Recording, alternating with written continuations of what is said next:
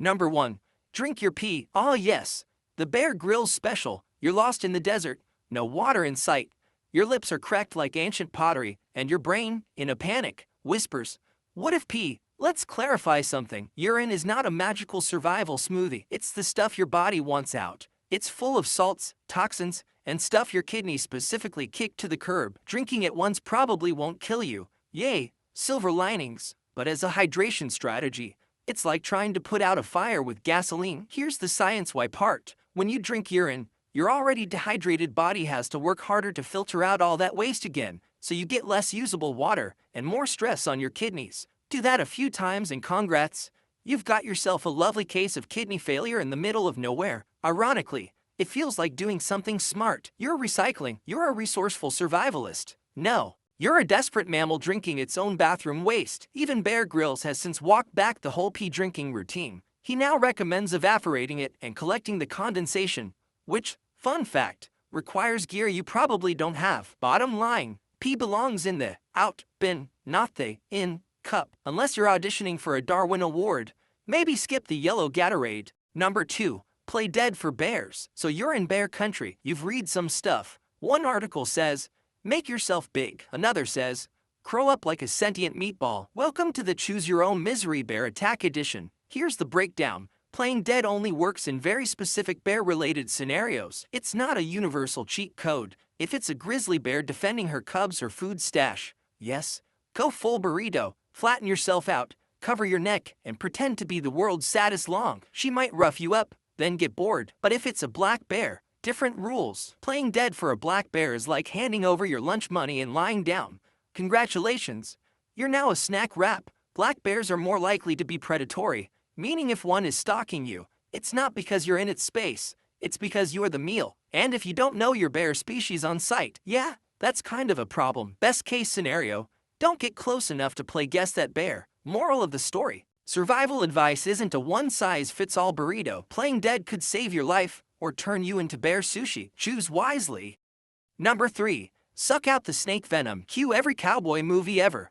Someone gets bitten by a snake, and the hero springs into action, drops to the ground, sucks the venom out like a human syringe, and spits dramatically into the dirt. Heroic, right? Nope. Dangerous. Also, kind of gross. First off, unless you're literally seconds from a hospital and just need to cosplay as a snakebite filter for Instagram, this tactic does more harm than good. The venom is already in the bloodstream within seconds. Trying to suck it out is like trying to reverse a microwave. Not happening. And if you think, well, I'll at least get some of it out, let me introduce you to the fun side effects.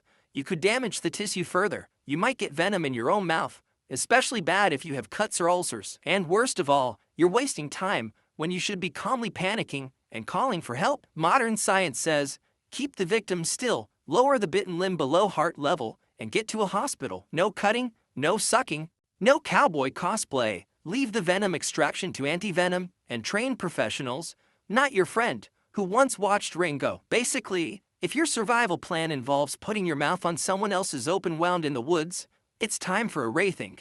Number 4. Rubbing alcohol for warmth. Here's a fun hypothetical. You're freezing, you're shivering, your survival brain kicks in and says, let's pour flammable liquid on our body. And somehow that idea makes sense. Welcome to the rubbing alcohol myth. This myth says that rubbing alcohol, or anything, spirity, will help warm you up because it makes your skin feel warmer, which, okay, technically true. It dilates blood vessels, brings blood to the skin's surface, and makes you feel toasty for a hot second. But here's the twist, you're actually losing heat faster. Alcohol evaporates quickly, which cools your skin. It's like giving your body a surprise ice bath disguised as a warm hug. Add wind, even better. Now you've made yourself a wine-chilled popsicle with a hint of ethanol, and don't even think about lighting it for warmth unless you're ready to become a cautionary tale and a small forest fire. You can't hack hypothermia with chemistry tricks you barely remember from high school. If you're cold, do what the Boy Scouts would approve of. Layer up, insulate from the ground,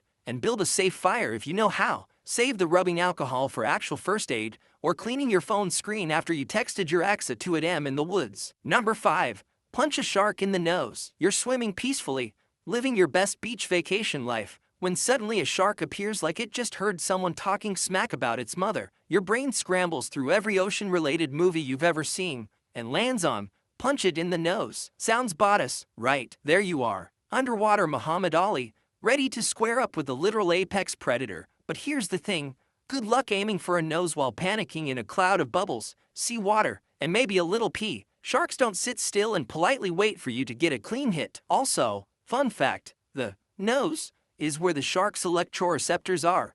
Super sensitive, sure, but not a guaranteed off switch. And if you miss the nose, oh hey, welcome to the mouth area. You just punched a shark in the teeth. Experts now say if a shark gets aggressive, go for the eyes or the gills, sensitive spots that are more likely to actually stop an attack. But really, your best defense is prevention.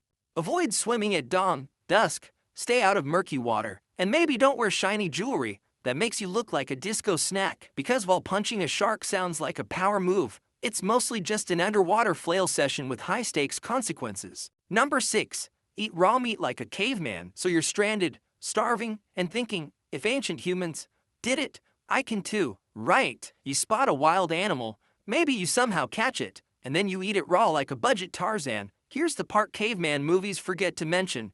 Raw meat can absolutely wreck you. Parasites, bacteria, and diseases galore. Salmonella, E. coli, trichinella, a lovely smorgasbord of microscopic doom. Ancient humans had shorter lifespans for a reason. But sushi, you protest. Sure, but that's prepared under strict health regulations, not hacked off a raccoon you caught with a pointy stick. Also, fish equals wild land meat. Different microbes, different digestive risks, different levels of this will make you poop yourself to death. If you absolutely must eat wild meat to survive, cook it over a fire thoroughly. Even if it tastes like sadness and burnt squirrel hair, raw meat might feel like a shortcut to calories. But in survival terms, it's a shortcut to explosive regret. Bottom line, just because a caveman survived on it doesn't mean your Wi-Fi raised digestive system can. You're not built for raw squirrel tartare. Number 7. Moss always grows on the north side. You're lost in the forest, your phone's dead, your GPS is crying in binary, and then you remember that old chestnut from cartoons and camping dads. Moss grows on the north side of trees. Finally, nature's compass. What could go wrong? Well, everything, yes. Moss can grow more densely on the north side of trees, in the northern hemisphere, under the right conditions, on the right species of tree, and if it's feeling emotionally stable, that's a lot of asterisks for something you're staking your life on. In reality, moss grows where it's damp and shady. That could be the north side, the south side, the top, the bottom, or wrapped around a rock that looks like your Uncle Greg. It's an opportunistic squatter, not a reliable guide. Even worse, some trees don't grow moss at all, or maybe the forest is dense enough that all sides are shady, so now you're just spinning in circles, trusting a decorative fungus to steer your survival. Spoiler alert, moss doesn't care if you live or die. Real navigation requires more than tree sniffing. Use the sun, landmarks, rivers, or, wild idea, stay put and let rescuers find you, because unless you're secretly a druid, betting on moss is basically asking to get more lost.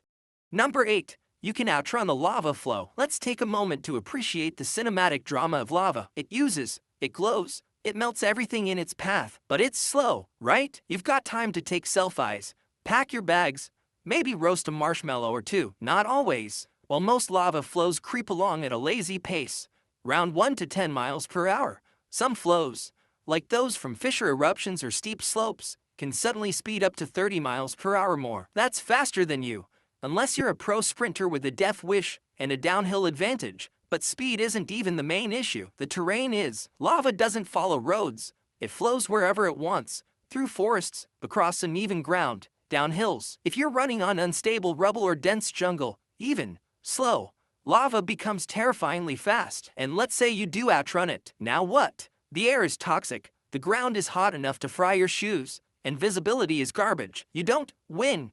Against lava, you get out way before it shows up. So unless you're trying to audition for a poorly written disaster movie, don't play chicken with molten rock. It doesn't care about your cardio. Number 9. Quicksand will swallow you whole. Picture this. You're strolling through a jungle, you take one wrong step, and bam, you're knee-deep in quicksand. The more you struggle, the faster it sucks you down until only your hat remains, gently floating on the surface like a sad farewell. At least, that's how cartoons in 80s movies would have you believe. In real life, quicksand is less death trap, more mildly inconvenient oatmeal. Yes, it can trap you, and yes, it's hard to walk through, but it's not a bottomless pit waiting to devour you whole like it's auditioning for a horror flick. The human body is too buoyant to actually sink all the way under. The real danger isn't sinking, it's exhaustion, panic, and what's around the quicksand. Are you stuck somewhere remote, alone, and rapidly dehydrating? Are you near rising tides or unstable terrain? That's the actual threat, not being swallowed like a lost sock in a laundry vortex. So what do you actually do? Stop panicking.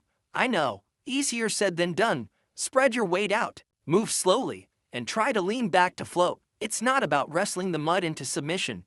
It's about making peace with being slightly muddy for a while. You don't need to yell, "Tell my story," while dramatically disappearing. Just take a breath, wiggle your way out, and maybe rethink the whole jungle stroll.